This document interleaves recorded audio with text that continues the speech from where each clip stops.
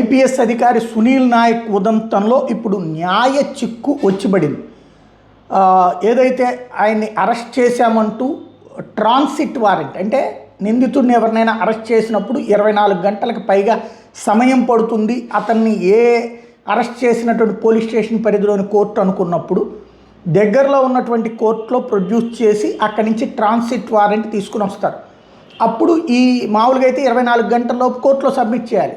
అలా చెయ్యకపోతే కనుక ఆటోమేటిక్గా బెయిల్ లభిస్తుంది. కాబట్టి అలా కాకుండా ఉండటం కోసం ఈ రవాణాకి, ట్రాన్స్పోర్టేషన్కి అయినటువంటి సమయాన్ని ఎగ్జెంప్ట్ చేసేటటువంటిదే ట్రాన్సిట్ వారెంట్. అది పాట్నాలో వేశారు. పాట్నా కోర్టు దానికి నిరాకరిస్తూ పోలీసుల్ని, ఆంధ్ర పోలీసుల్ని మందలించి ఆయన్ని ఒక నెల రోజుల పాటు అరెస్ట్ చేయొద్దండి.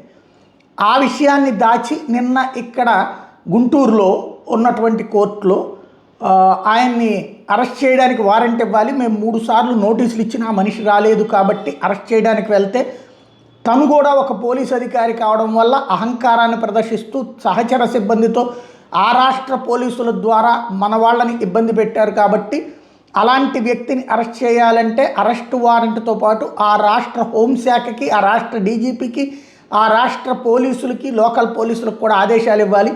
ఇది అరెస్ట్ అని చెప్పి దీనికి నాన్ బెయిలబుల్ వారెంట్ ఇవ్వమని అడిగారు. ఇవ్వబోయే క్షణంలో సునీల్ నాయక్ తరపున న్యాయవాది నెల రోజుల పాటు పాట్నా కోర్టు ఆయన్ని అరెస్ట్ చేయొద్దని ఆదేశించింది. ఆ ఆదేశాలు ఉండగా ఎట్లాగా ఇక్కడ మళ్ళీ మీరు ఇవ్వడం అంటే ఒక కోర్టు స్టే ఇచ్చిన అరెస్ట్ మీద ఇంకొక కోర్టు అరెస్ట్ వారెంట్ ఇవ్వడం ఎలా సాధ్యం అన్నటువంటి విషయాన్ని అక్కడ కోర్టులో ప్రొసీడింగ్స్ నడుస్తుండగా ఇక్కడ కోర్టు, లోయర్ కోర్టు ఎట్లా చేస్తుంది అన్నటువంటి పాయింట్ రైజ్ చేశారు. దాంతో అది కాస్త వాయిదా పడింది. ఇవాళ ఆ అంశానికి సంబంధించి ఒక స్పష్టత వచ్చేటటువంటి అవకాశం ఉంది. ఇవాళ తన జడ్జిమెంట్ ఇస్తానని న్యాయమూర్తి గారు చెప్పుకొచ్చారు.